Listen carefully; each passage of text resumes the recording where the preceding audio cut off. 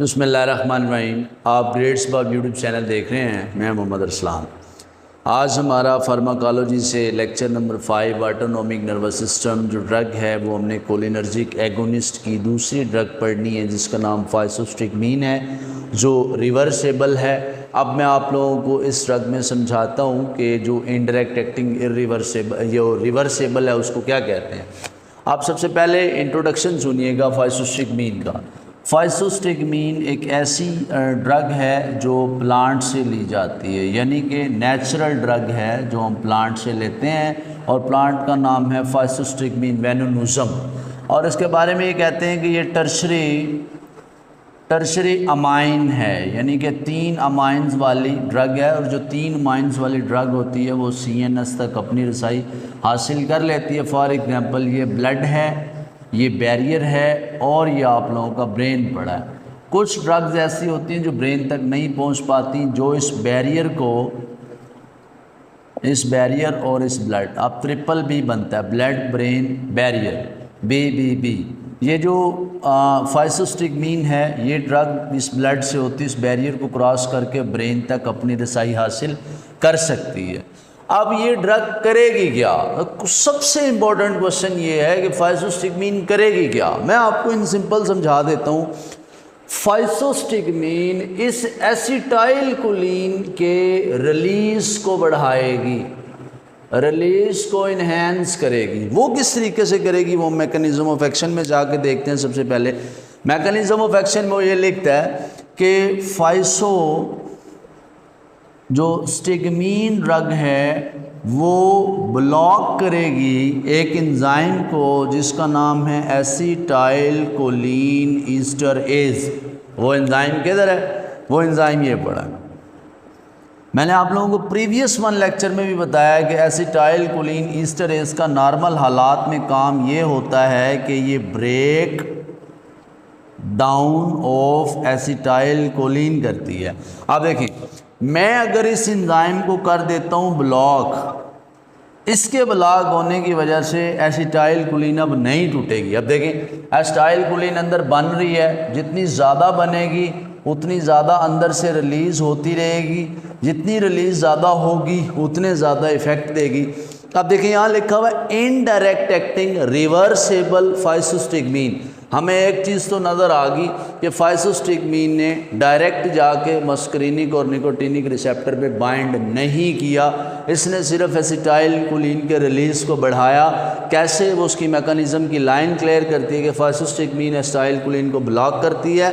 जब ये enzyme block होता है तो एसिटाइल कोलिन का जो रिलीज़ है वो ज़्यादा हो जाता है। एसिटाइल कोलिन जब ज़्यादा रिलीज़ होगी वो ज़्यादा से ज़्यादा अपने इन रिसेप्टर्स के साथ बाइंड करेगी, M1 के साथ, 2 के साथ, 3 के साथ, NN के साथ और NM के साथ। अब सवाल ये एक्शन क्या आएंगे?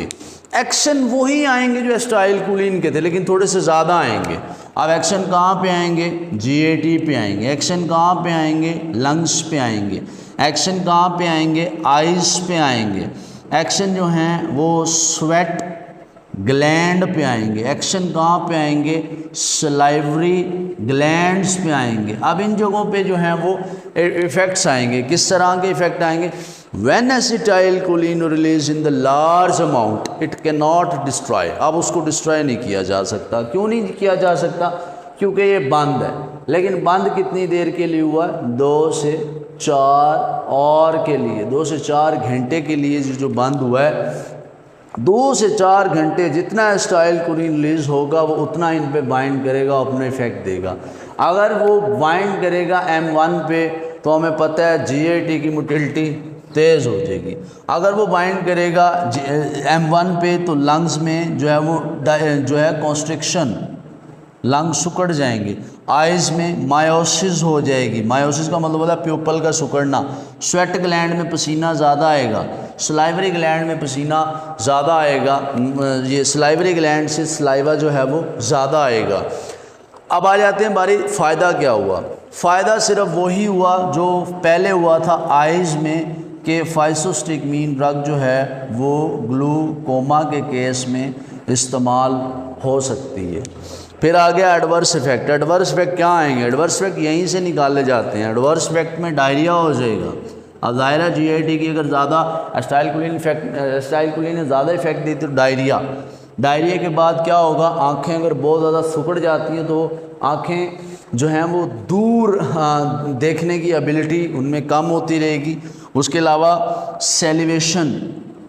सेलिवेशन हो जाएगी, रिस्पायरेटरी पॉइजन हो जाएगा, फेफड़ों में जहर बन जाएगा, डेथ भी हो सकती है। हार्ट रेट बहुत ज़्यादा गिर जाएगा क्योंकि M2 पे बाइंड करेंगे तो हार्ट रेट क्या होगा? वो गिरेगा, जिसकी वजह से डेथ भी हो सकती है।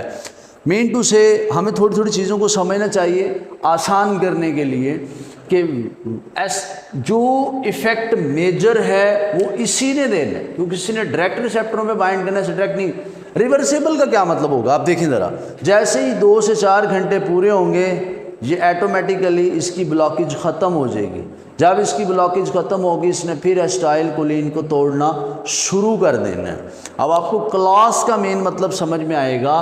इनडायरेक्ट एक्टिंग का मतलब है कि फाइसोस्टिग्मीन डायरेक्टली मस्करीनिक और निकोटिनिक रिसेप्टर पे बाइंड नहीं करती। कहाँ करती है? एसिटाइलकोलिनेस्टरेज पे। और रिवर्सिबल क्यों है? क्योंकि ये एंजाइम को जिसको इसने बंद किया है 2 से 4 घंटे के लिए इसने बंद किया है, 2 से 4 घंटे के बाद वो एंजाइम दोबारा अपनी असल हालत में वापस आ गया है। उसे फिर एसिटाइलकोलिन को तोड़ना शुरू कर दिया है और एसिटाइलकोलिन के इफेक्ट को उसने फिर कम करना जो है वो शुरू कर दिया है।